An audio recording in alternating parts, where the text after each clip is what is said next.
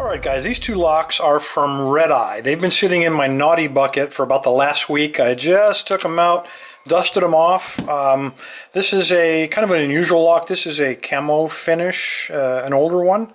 They're both keyed the same. By the way, here's the key.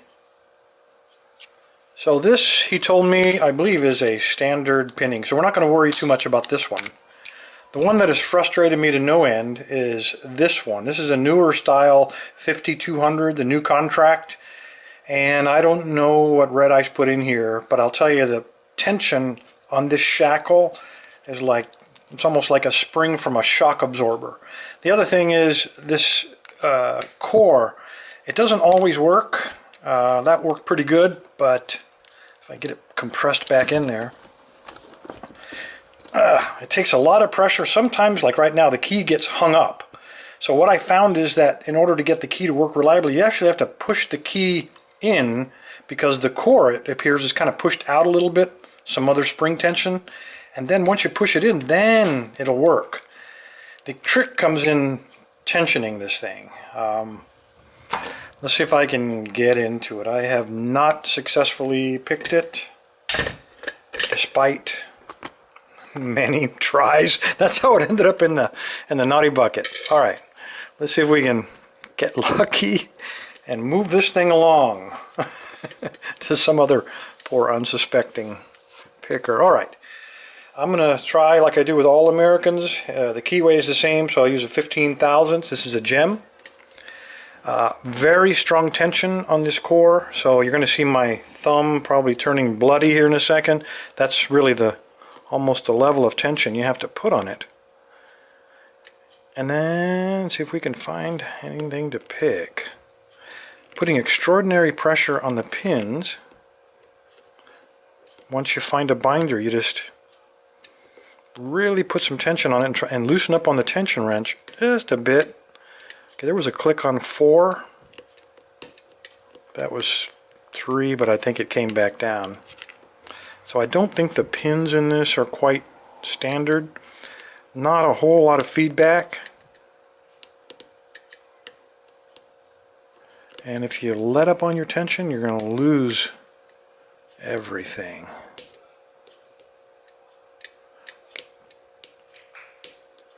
That is not, that's actually a pick bending. It's how much pressure I'm putting on it.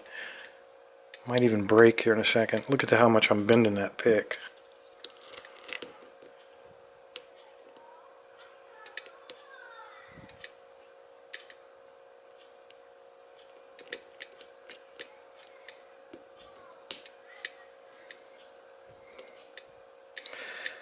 I think I'm on pin 2, getting a little bit of feedback on the tension wrench. Come on, there we go. I got a click off of him.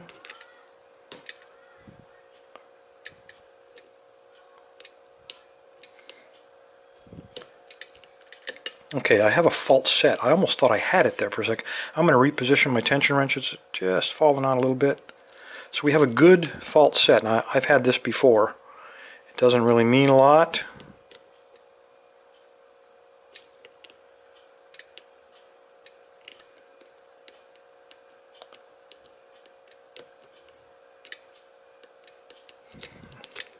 Alright, the only one that is not springy at this point is the very back, pin 5. So I'm going to lighten up on the tension. I'm probably going to drop something.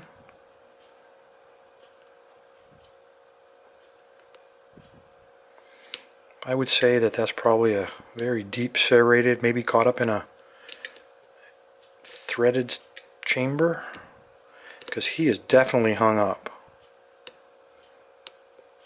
Wow.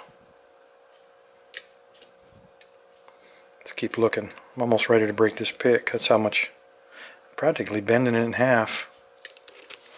But he's the only one, so it has to be him. So I'm going to lighten up on the tension. Probably going to drop something, but he's got to go. Okay, that was a click on the last one. I mean, he just jumped into place, but I heard a couple others fall, and I lost a false set. Came on 3, a little bit of counter rotation. Now I got my false set back. I hope Master Lock, the owner of American, is paying attention, because there's some lessons to be learned here about how to make a lock. Okay, I'm on 5 again. He's fallen back down. There we go. All right. Thank God. At least I'm moving this one out of the nasty bucket. It doesn't happen very often. All right. Let's go ahead and take it apart.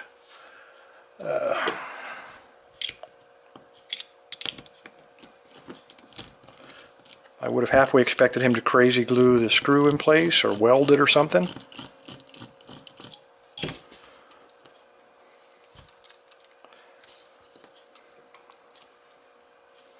Okay, nothing unusual there. Nothing unusual there. Come out of there, you devil.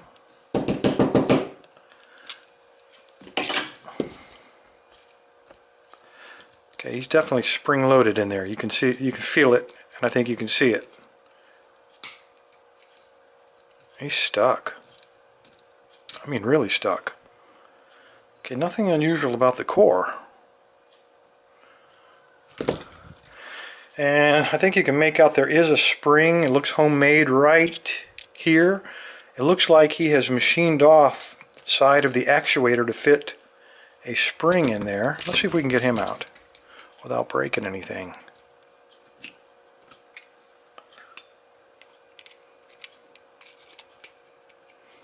I'm going to try to get it out. I don't know what's going to happen, if it's going to spring on us. Look at that.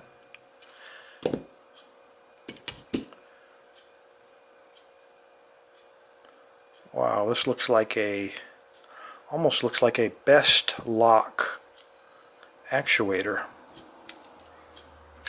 And then regular ball bearings, but let's see why we had so much spring tension. Again, we got another homemade spring on this one. This is not one of those dainty little things that comes on it. This is, man, this is a real spring, very serious spring. Anyway, let's gut this thing. Let's move all this out of the way. Pretty cool actuator, by the way, if I don't get back to that.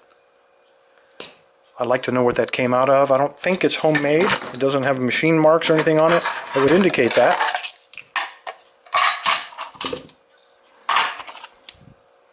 Okay. Let's find the right tool. Where'd you go? Where'd you go? There you go. That ought to work. I love C-clips.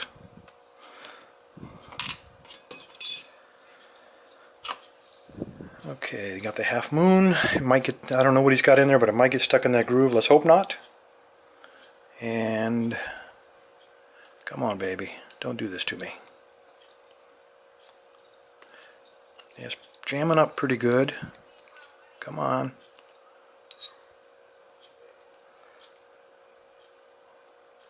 Feels like it's stuck for some reason. I don't see any reason why. Probably not the smartest way to do it, but let me turn this down so you guys can kind of see how I screw up.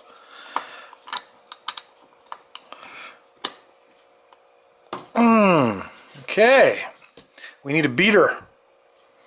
Let's use these. No, let's use this. This is a good beater. Okay, that worked. Man, it's really rough coming out of there.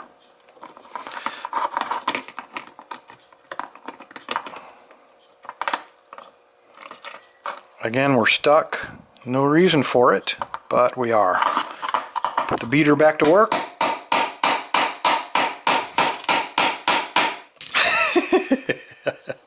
It is not supposed to work this way.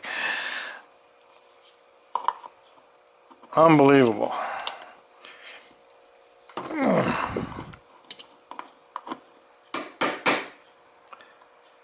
I better keep my finger on that. There's a weird looking little pin in there. There we go. Man, that was really tight. You guys saw that? I don't know why. What we got here? I kind of halfway expected a squirrel or something to jump out of there, but okay, we got a stand. Oh, that's got a little serration on the top of it. The second one is a weird looking little pin. I'll have to give you a close up. I don't have a name for that. This one had 2 pins in it. Another homemade, look like little serrations on the top, and number 5 looks like a standard serrated.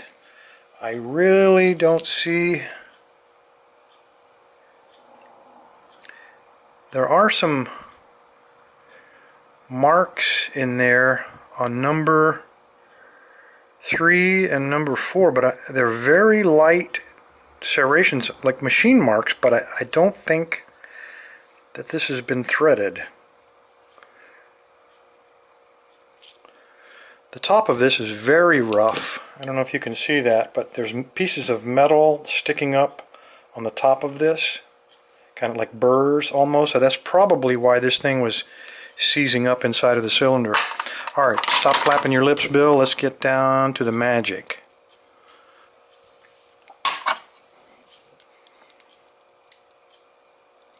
Okay, we got a homemade that might be a commercial serrated.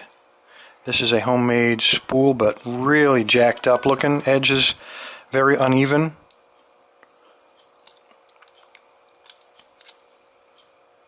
Serrated. I'm sorry, serrated spool.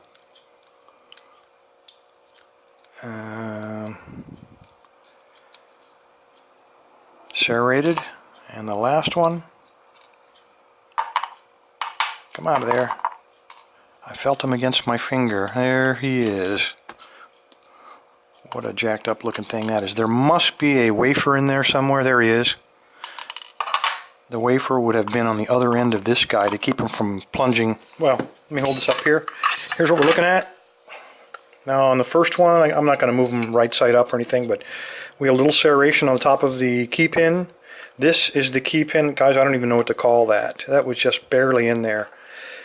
2 key pins here. I don't know why. They were kind of broken up. This one has a little rough looking serration on it. And then serrations on this one, serrations on number 5.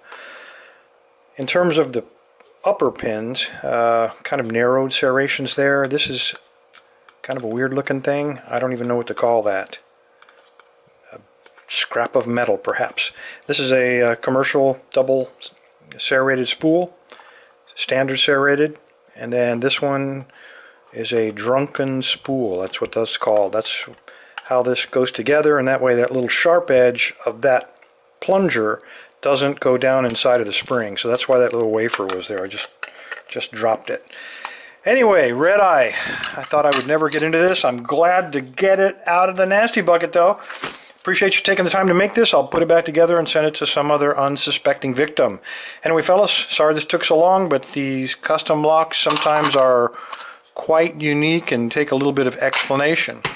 Thanks for your time. Stay safe, stay legal, and if anybody knows what kind of actuator this is, I think it's a best, but let me know if you know. Thanks, guys.